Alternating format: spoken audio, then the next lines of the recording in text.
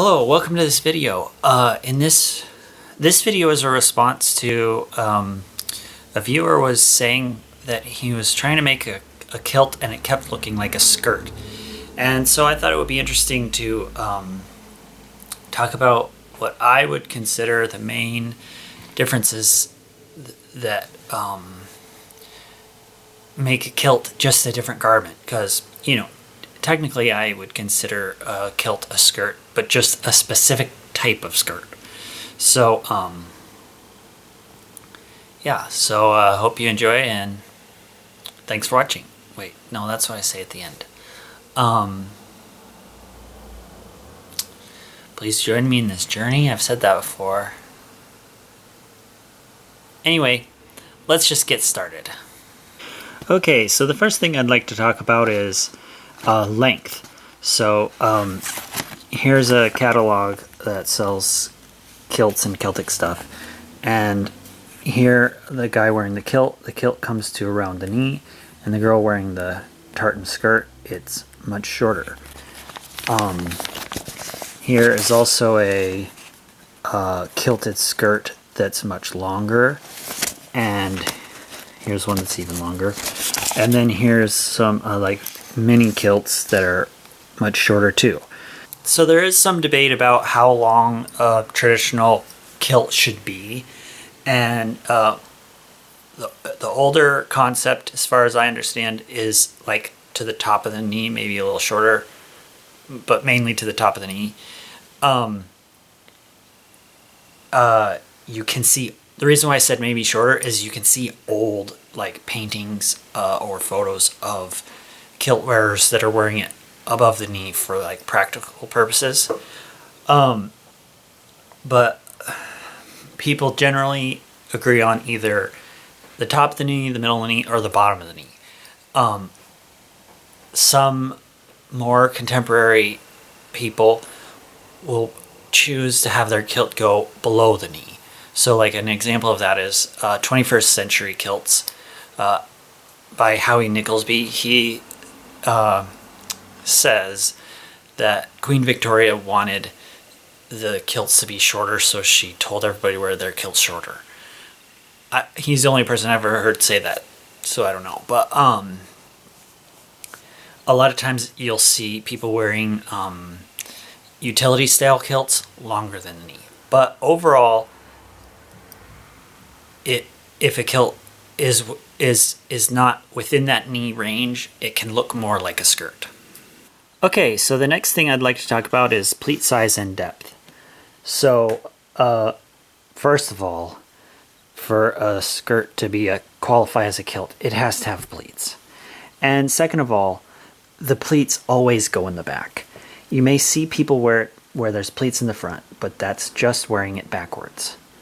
A pleat always in the front always has what's called an apron, and that's this part here. It's a wide section of unpleated fabric in the front, and in the back is pleats.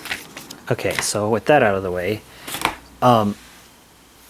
typically a kilt looks more like a kilt, specifically if the pleats are narrower.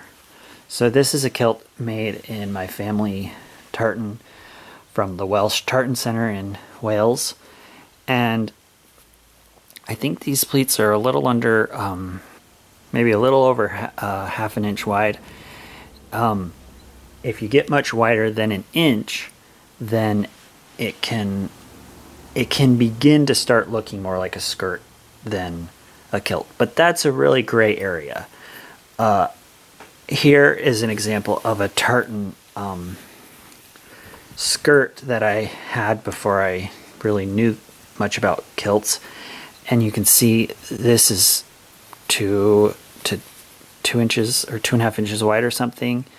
That's how wide the pleats are, and I don't know about to you, but to me it definitely has more of a skirt look and less of a kilt look.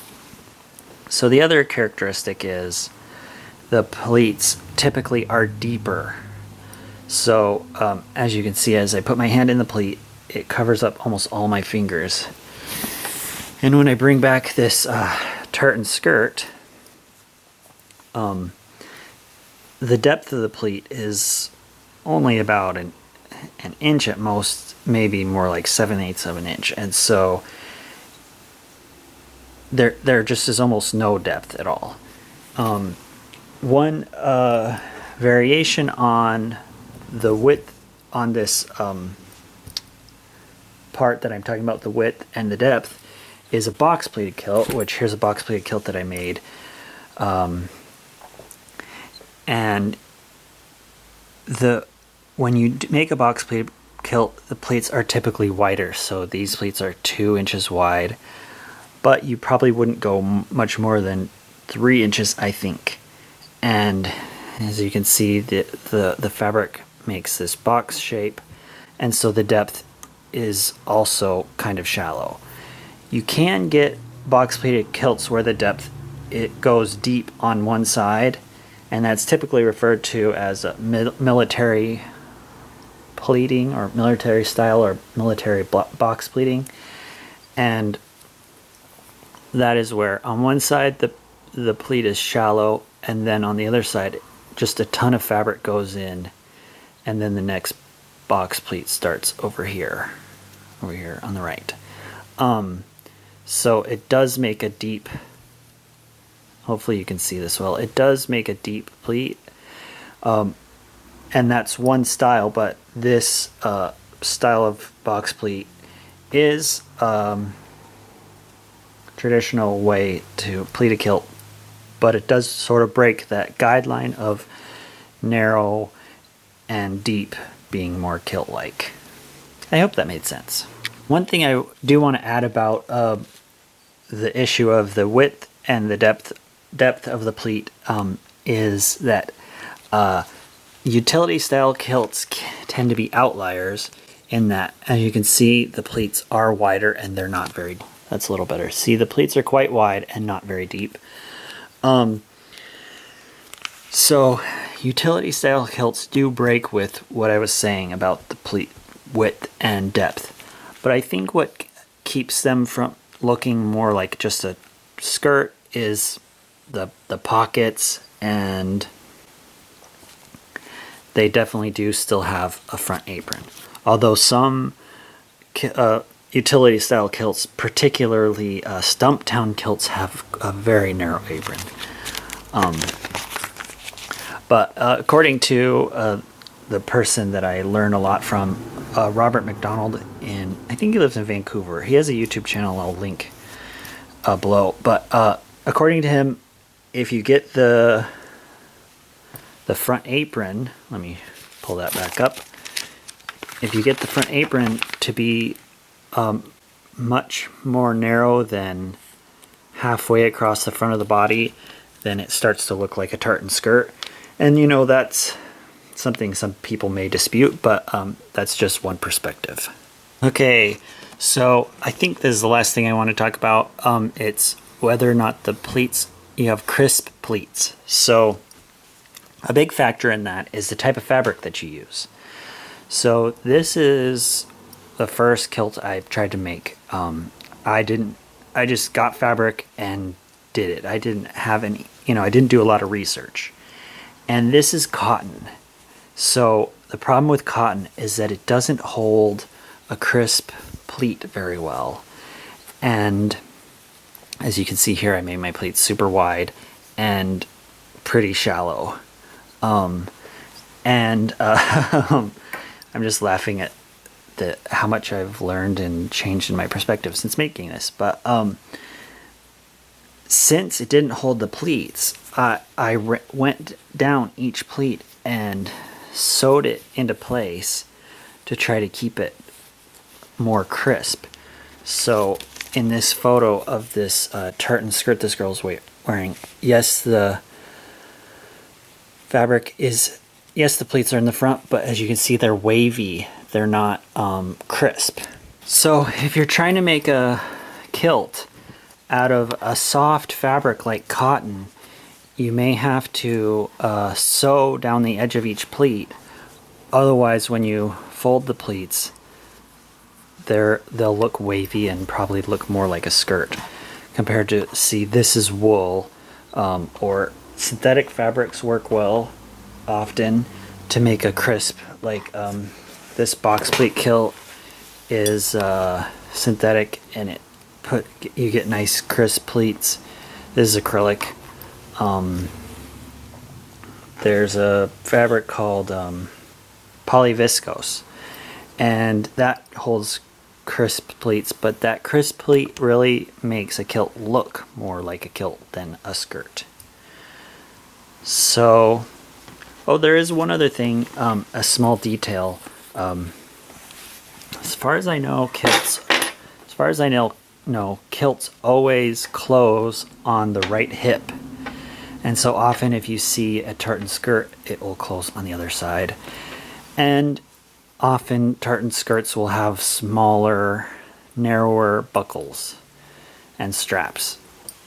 One factor that I meant to include that can make a kilt either look more like a skirt or more like a kilt is the weight of the fabric or how thick it is.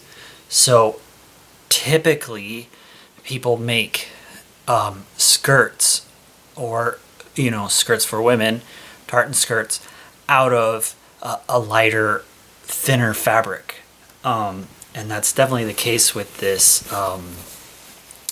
tartan skirt that I have been showing you. Whereas more often than not, people prefer to have their kilts made out of a heavier weight fabric, typically 16 ounces, which here's a scrap of here. The Williams, my family tartan kilt that I showed you, it's made out of like a 13 or 14 ounce.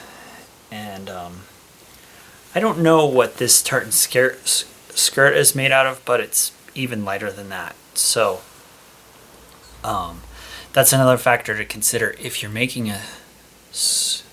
trying to make a kilt and you're choosing fabric. First, choose a fabric that will hold the pleat well, so like not cotton, and also choose a fabric that is heavier weight if you're worried that it'll look too much like a skirt. Hey, so I hope I was clear in my discussion of what I think makes a kilt look more like a kilt than a skirt, and I hope you thought this was interesting. I have some other kilt videos, like one where I show where I make this box pleat kilt, so please consider checking that out, and I guess that's all. Thanks for watching. Bye. Kid Eric also loved his toy kitchen. Oh, really? Nice. I mean, if you're free sometime this week, I'd love to cook you dinner. A home-cooked meal? I will not say no to that. Oh, sorry. Everything okay? Yeah, sorry. Just another text from Good Sam. Another text? Yeah, he texted me yesterday with an address for the money that he left for a family in Astoria. You didn't go, did you? Josh and I went. And the lead panned out. I mean, the money was there and everything. What does this one say? Now that you know I'm Good Sam, meet me at 9 tonight on level 5A of the parking lot at Center in White. Come alone and don't bring cameras. Well, why would you want a reporter to come alone without cameras? Oh, I have met sources in some pretty sketchy places, trust me.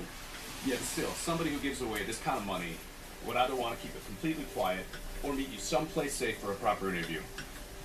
I don't know. I don't trust this guy. I wouldn't go if I were you. But he's my story. I have to know who he is. And plus, he's changing things, and he's making people want to help